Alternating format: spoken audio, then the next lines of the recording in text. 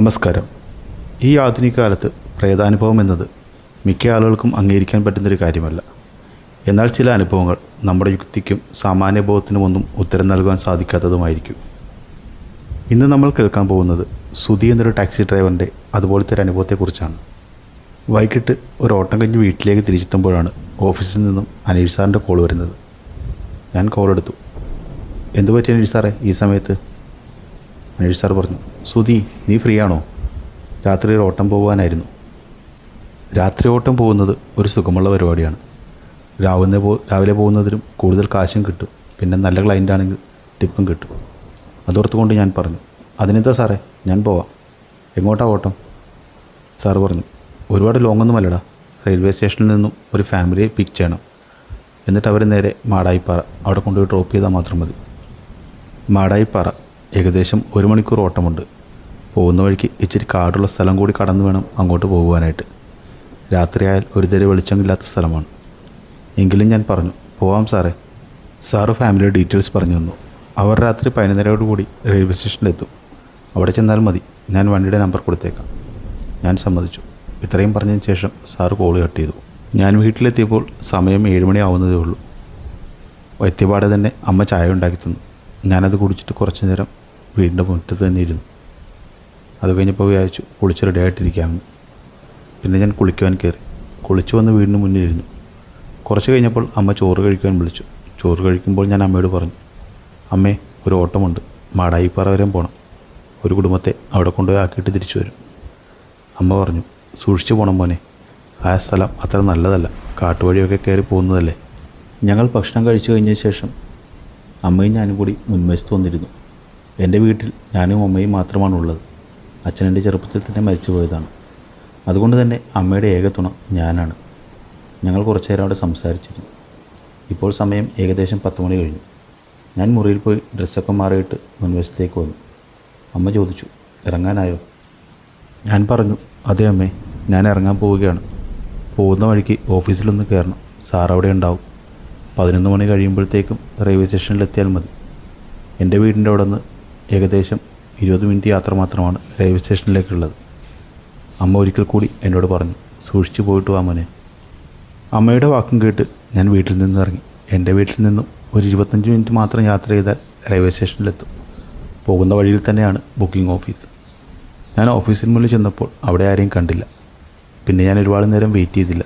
ഒട്ടും വൈകാതെ തന്നെ സ്റ്റേഷനിലേക്ക് ചെന്ന് വണ്ടി പാർക്ക് ചെയ്തതിന് ശേഷം അവിടെ തന്നെ വിശ്രമിക്കാമെന്ന് കരുതി അങ്ങോട്ട് പോയി. 11 മണിയോടുകൂടി ഞാൻ സ്റ്റേഷനിലെത്തി. വണ്ടി പാർക്ക് ചെയ്തു. വണ്ടി നമ്പർ ക്ലയൻറ്റിൻ്റെ കയ്യിലുള്ളതുകൊണ്ട് അവർ വണ്ടിയുടെ അടുത്തേക്ക് വരുമെന്ന് എനിക്കറിയാമായിരുന്നു. അതുകൊണ്ട് തന്നെ വണ്ടി ഒതുക്കിയിട്ട് ഞാൻ വണ്ടിയിൽ തന്നെ കുറച്ച് നേരം കിടന്നു. രാവിലത്തെ ജോലിയുടെ ക്ഷീണം കൊണ്ടാവാം കുറച്ച് നേരത്തേക്ക് ഞാനൊന്ന് മയങ്ങിപ്പോയി. കുറച്ച് കഴിഞ്ഞപ്പോൾ വണ്ടിയുടെ ഗ്ലാസ്സിൽ ഒരു മുട്ടൽ കേട്ടാണ് ഞാൻ എണീക്കുന്നത്. മധ്യവയസ്കനായൊരു വ്യക്തി. ഞാൻ പെട്ടെന്ന് എഴുന്നേറ്റ് വാതിൽ തുറന്ന് പുറത്തിറങ്ങി. അയാളെന്നോട് പേര് പറഞ്ഞ് പരിചയപ്പെട്ടു. അനിൽ. കൂടെ അയാളുടെ ഭാര്യയും ഒരു സ്കൂളിൽ പഠിക്കുന്ന പ്രായത്തിലുള്ള മോളുമുണ്ട്. ഞാൻ വണ്ടിയുടെ ഡിക്കി തുറന്നു കൊടുത്തു. ലഗേജെല്ലാം ഡിക്കിയിൽ വെച്ചതിന് ശേഷം അവരെല്ലാവരും വണ്ടിയിൽ കയറി. എനിക്ക് പോകേണ്ട സ്ഥലത്തെ ഒരടയാളം പറഞ്ഞു തന്നു. ഞങ്ങൾ യാത്ര തുടങ്ങി. ആദ്യത്തെ ഒരു 20 മിനിറ്റ് മെയിൻ റോഡിൽ കൂടി തന്നെയായിരുന്നു യാത്ര. അത് കഴിഞ്ഞാൽ പിന്നെ കാട്ടുവഴിയാണ്. ഞങ്ങൾ കാട്ടുവഴിയിലേക്ക് കയറി തന്നെ യാത്ര തുടർന്നു. എന്നാൽ കാട്ടുവഴിയിലേക്ക് കയറിയപ്പോൾ തന്നെ എനിക്കാകെ ഒരു വിയർപ്പൂട്ടൽ അനുഭവപ്പെട്ടു. വിജനമായ വഴി, ഒരുതരി വെട്ടമില്ല. ആകെ നിലാവിൻ്റെ വെട്ടം മാത്രം അങ്ങങ്ങായി പടർന്നു കിടക്കുന്നു. യാത്രക്കാർ വണ്ടിയിൽ കയറിയപ്പോൾ തന്നെ നല്ല മയക്കമായി. യാത്ര ചെയ്തു വന്നതിൻ്റെ ക്ഷീണം കാണും എന്നെനിക്കറിയാമായിരുന്നു. ഞങ്ങളങ്ങനെ പോയിക്കൊണ്ടിരിക്കെ നിലാവിൻ്റെ വെട്ടത്തിൽ ഞാനത് കണ്ടു. റോഡിൻ്റെ സൈഡിലായി ഒരു പാറയിൽ ഒരു മനുഷ്യനിരിക്കുന്നു. എൻ്റെ നെഞ്ചൊന്ന് കാളി. ഈ സമയത്ത് ആരായിരിക്കും ഈ കാട്ടുപ്രദേശത്തിരിക്കുന്നതെന്ന് ഞാൻ ഓർത്തു. വണ്ടി അങ്ങോട്ട് അടുക്കും തോറും എനിക്ക് വ്യക്തമായി കാണുവാൻ സാധിക്കുന്നു. വണ്ടിയുടെ വെട്ടവും സൈഡിലായി ചിതറി വീഴുന്നുണ്ടല്ലോ. അതെ, അതൊരു മനുഷ്യൻ തന്നെയാണ് ഇരിക്കുന്നത്. പക്ഷേ അയാൾ പുറംതിരിഞ്ഞാണ് ഇരിക്കുന്നത്. ദേഹത്ത് ഡ്രസ്സൊന്നുമില്ല, ഒരു വെള്ളമുണ്ട് മാത്രമാണ് ധരിച്ചിരിക്കുന്നത്. എന്തെന്നില്ലാത്തൊരു ഭയം എൻ്റെ മനസ്സിൽ കടന്നുകൂടി. ഞാൻ വണ്ടി ഒട്ടും സ്ലോ ആക്കിയില്ല. വളരെ വേഗത്തിൽ തന്നെ ഞാൻ ആ സ്ഥലം കടന്നുപോയി. എങ്കിലും എൻ്റെ മനസ്സിൽ പല ചോദ്യങ്ങൾ വന്നുകൊണ്ടേയിരുന്നു. ആരായിരിക്കും അത്? എന്തിനായിരിക്കും അവിടെ ഈ സമയത്ത് വന്നിരിക്കുന്നത്? ആ പാറയുടെ മുകളിൽ ഒറ്റയ്ക്കിങ്ങനെ ഇരിക്കാൻ അയാൾക്ക് പേടിയില്ലേ? അങ്ങനെ പല ചോദ്യങ്ങളും എൻ്റെ മനസ്സിൽ വന്നു കൂടി. പക്ഷേ ഈ സംശയങ്ങൾക്കിടയിലും ഞാൻ വണ്ടി ഒട്ടും വേഗം കുറച്ചില്ല. വളരെ വേഗത്തിൽ തന്നെ ഞങ്ങൾ പോയിക്കൊണ്ടേയിരുന്നു. ഏകദേശം അരമണിക്കൂറിൽ ഞാൻ എത്തേണ്ട സ്ഥലത്തെത്തി. അപ്പോഴേക്കും അനിലേട്ടൻ എണീറ്റു എന്നോട് ചോദിച്ചു, എത്തിയോ? ഞാൻ പറഞ്ഞു, എത്തി ചേട്ടാ, നിങ്ങൾ പറഞ്ഞ സ്ഥലമെത്തി. അവർ ഒരു കാവായിരുന്നു എനിക്ക് അടയാളം പറഞ്ഞത്. ഞാൻ ആ കാവിലേക്ക് പോകുന്ന വഴിയുടെ മുൻഭാഗത്തായിട്ടാണ് വണ്ടി നിർത്തിയത്. കാവിൽ ഉത്സവമാണെന്ന് തോന്നുന്നു. അവിടെ മുഴുവൻ വെട്ടമെല്ലാം ഇട്ടിട്ടുണ്ട്. അനിലേട്ടൻ ആ വഴിയുടെ എതിർഭാഗത്തേക്ക് ചൂണ്ടി പറഞ്ഞു, അതാണ് എൻ്റെ വീട്. ഞാൻ വണ്ടിയിൽ നിന്നും ഇറങ്ങി. ടിക്കി തുറന്ന് ബാഗെല്ലാം എടുത്ത് പുറത്ത് വെച്ച് കൊടുത്തു. പുള്ളിക്കാരൻ എനിക്ക് ഓട്ടക്കൂലിയും തന്നു. അതുകൂടാതെ ഒരു 200 രൂപ ടിപ്പ് കൂടി തന്നു. അത് വാങ്ങി ഞാൻ സന്തോഷത്തോടെ വണ്ടിയിൽ കയറി. അവരങ്ങ് നടന്നു നീങ്ങുന്നത് ഞാൻ വണ്ടിയിൽ ഇരുന്നു കൊണ്ട് തന്നെ കണ്ടു. ഞാൻ വണ്ടി തിരിച്ചു. കുറച്ച് മുന്നോട്ട് നീങ്ങിയതും വീണ്ടും എൻ്റെ മനസ്സിലേക്ക് ആ വ്യക്തിയെക്കുറിച്ചുള്ള ഓർമ്മകൾ വന്നു. ഞാൻ എന്തു വന്നാലും വണ്ടി നിർത്തില്ല എന്ന് ഉറപ്പിച്ചു വെച്ചുകൊണ്ട് തന്നെ വണ്ടി വിട്ടു. എന്നാൽ ദൗർഭാഗ്യമെന്ന് പറയാമല്ലോ, ഏകദേശം ആ പാറയുടെ അടുത്തേക്ക് എത്താറായപ്പോഴേക്കും എനിക്കെന്തെന്നില്ലാത്ത ഒരു മൂത്രശങ്ക വരാൻ തുടങ്ങി. എത്ര ശ്രമിച്ചിട്ടും പിടിച്ചു വെക്കാൻ പറ്റാത്തൊരവസ്ഥ. ഏതാനും നിമിഷങ്ങൾക്കുള്ളിൽ തന്നെ ഞാൻ ആ പാറയുടെ അടുത്തെത്തി. ഞാൻ സൂക്ഷിച്ചു നോക്കി, ഇപ്പോൾ ആ പാറയുടെ പുറത്ത് ആരെങ്കിലും ഇരിപ്പുണ്ടോ എന്ന്. പക്ഷേ ആശ്വാസമെന്ന് പറയാമല്ലോ, അവിടെ ആരുമില്ല. ഒരു നിമിഷം എനിക്ക് തോന്നി അവിടെ ആളെ കണ്ടത് എൻ്റെ തോന്നലായിരിക്കുമെന്ന്. ഞാൻ ഒട്ടും വൈകിയില്ല. വണ്ടി കുറച്ചുകൂടി മുന്നോട്ടെടുത്തിട്ട് വണ്ടി സൈഡിലായി ഒതുക്കി. വണ്ടി സൈഡിലേക്ക് ഒതുക്കിയതും ഞാൻ ചാടി ഇറങ്ങി. പെട്ടെന്ന് തന്നെ റോഡ് സൈഡിൽ തന്നെ പോയി ഞാൻ കാര്യം സാധിച്ചു. കുറച്ചധികം നേരം പിടിച്ചു വെച്ചത് കൊണ്ടായിരിക്കാം കുറച്ച് സമയമെടുക്കുന്നത് പോലെ എനിക്ക് തോന്നി.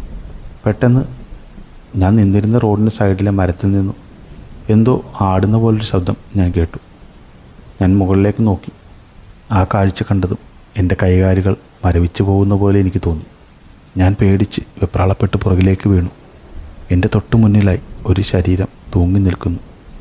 അതും ഞാൻ മുന്നേ അവിടെ ആ പാറപ്പുറത്തിരുന്ന് കണ്ട ആളെപ്പോലെ തന്നെ തോന്നുന്നൊരു രൂപം. അതെ, മുണ്ടെടുത്ത ഒരാൾ അവിടെ തൂങ്ങി നിൽക്കുന്നു. പേടിച്ചരണ്ടുപോയതുകൊണ്ടാകാം എൻ്റെ കാലുകൾക്ക് ബലം കിട്ടുന്നുണ്ടായിരുന്നില്ല. ഞാൻ എങ്ങനെയോ ആ റോഡിൽ നിന്നും സർവ്വശക്തിയും എടുത്ത് എഴുന്നേറ്റ് വണ്ടിയിലേക്ക് കയറുവാനായി ശ്രമിച്ചു. പക്ഷേ ആ റോഡിൽ കൂടി ഇഴഞ്ഞ് നീങ്ങുവാൻ മാത്രമായിരുന്നു എനിക്ക് പറ്റിയത്. ഞാൻ എൻ്റെ വണ്ടിയുടെ അടുത്തെത്തിയതും വണ്ടിയിൽ പിടിച്ച് എണീറ്റു.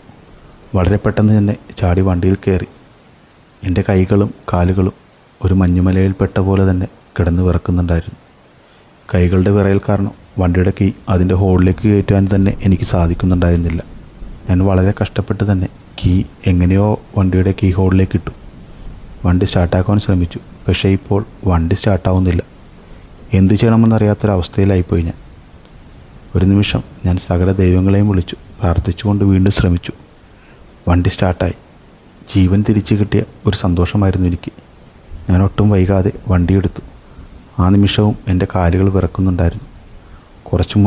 വണ്ടി കുറച്ച് മുന്നോട്ട് നീങ്ങിയതും ഞാൻ അറിയാതെ തന്നെ ബാക്ക് മിററിലൂടെ പുറകോട്ടൊന്ന് നോക്കിപ്പോയി. പക്ഷേ അപ്പോൾ കണ്ട കാഴ്ച എൻ്റെ ജീവിതത്തിൽ ഞാൻ ഇന്നും മറന്നിട്ടില്ല. ഞാൻ വണ്ടി നിർത്തിയ അതേ സ്ഥലത്ത് ഒരു രൂപം ഞാൻ പോകുന്നത് നോക്കി നിൽക്കുന്നു. നിലാവിൻ്റെ വെളിച്ചത്തിൽ ഞാൻ വ്യക്തമായി കണ്ടു. മുണ്ട് മാത്രം ധരിച്ച ഒരു രൂപം എൻ്റെ വണ്ടി പോകുന്നത് നോക്കി നിൽക്കുന്നു. ആ മുഖത്ത് വല്ലാത്തൊരു ചിരി പടർന്നിരിക്കുന്നത് പോലെ എനിക്ക് തോന്നി. ജീവിതത്തിനും മരണത്തിനും ഇടയിലുള്ളൊരു നിമിഷം കടന്നുപോയതുപോലെ ഒരു പരിഭ്രാന്തിയായിരുന്നു എനിക്കുണ്ടായിരുന്നത്. ഏകദേശം 20 മിനിറ്റുകൾ കൊണ്ട് തന്നെ ഞാൻ മെയിൻ റോഡിലെത്തി. വണ്ടിയുടെ ബാക്ക് മിററിലൂടെ നോക്കുവാൻ എനിക്ക് അപ്പോഴും പേടിയായിരുന്നു. കാരണം ഞാൻ കണ്ട ആ രൂപം എൻ്റെ വണ്ടിയുടെ പിൻസീറ്റിലിരിക്കുന്നത് പോലെ ഞാൻ കണ്ടാൽ ആ നിമിഷം തന്നെ ഞാൻ മരിച്ചു പോകും എന്നെനിക്ക് ഉറപ്പായിരുന്നു. വളരെ പെട്ടെന്ന് തന്നെ ഞാൻ അടുത്തുള്ള ടൗണിലെത്തി. അവിടെ കണ്ട ഒരു രാത്രി തുറന്നിരിക്കുന്ന കടയുടെ മുന്നിലായി ഞാൻ വണ്ടി നിർത്തി. അന്നേരവും എൻ്റെ കൈകാലുകളുടെ വിറയൽ മാറിയിട്ടുണ്ടായിരുന്നില്ല.